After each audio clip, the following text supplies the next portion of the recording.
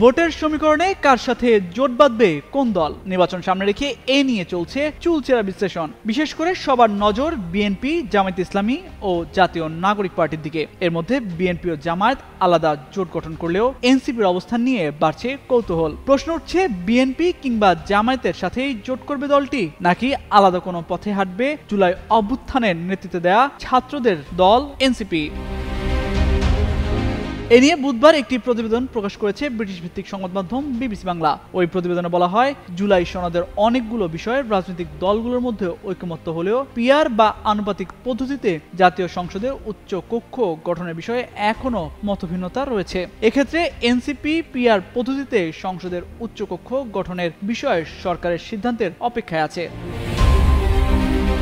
এনসিপির নেতারা মনে করছেন, যদি শিগগির উচ্চকক্ষে পিআর বিষয়ে সরকার ও রাজনৈতিক দলগুলোর মধ্যে ঐকমত্য তৈরি হয় এবং আগামী নির্বাচনে যদি সেটি বাস্তবায়ন হয়, তাহলে দলের একটি অংশ বিএনপি বা জামায়াত কোনো জোটেই না যাওয়ার পক্ষে। দলটির কেন্দ্রীয় কমিটির একজন গুরুত্বপূর্ণ নেতা জানিয়েছেন, আনুপাতিক ভোটের হারে সংসদের উচ্চকক্ষ গঠন হলে তখন এনসিপি এককভাবে কিংবা বিএনপি জামায়াত বলয়ের বাইরে আলাদা জোট গঠনের চেষ্টা চালাবে সমমনা কিছু রাজনৈতিক দলকে নিয়ে। আনুপাতিক হারে উচ্চকক্ষ গঠনের সিদ্ধান্ত হলে তখন এনসিপি আলাদা মধ্যপন্থায় জোট করে 300 আসনে প্রার্থী দেওয়ার চেষ্টা করবে। সেক্ষেত্রে বিএনপি কিংবা জামায়াতের বিদ্রোহী অংশকেও এনসিপি থেকে মনোনয়ন দেওয়ার চিন্তায় আছে দলটি। দলের উত্তরাঞ্চলের মুখ্য সংগঠক সার্জিস আলম বিবিসি বাংলাকে বলেন, এমনও হতে পারে এনসিপি এককভাবে বা স্বতন্ত্র জোট করে 300 আসনে প্রার্থী দিতে পারে।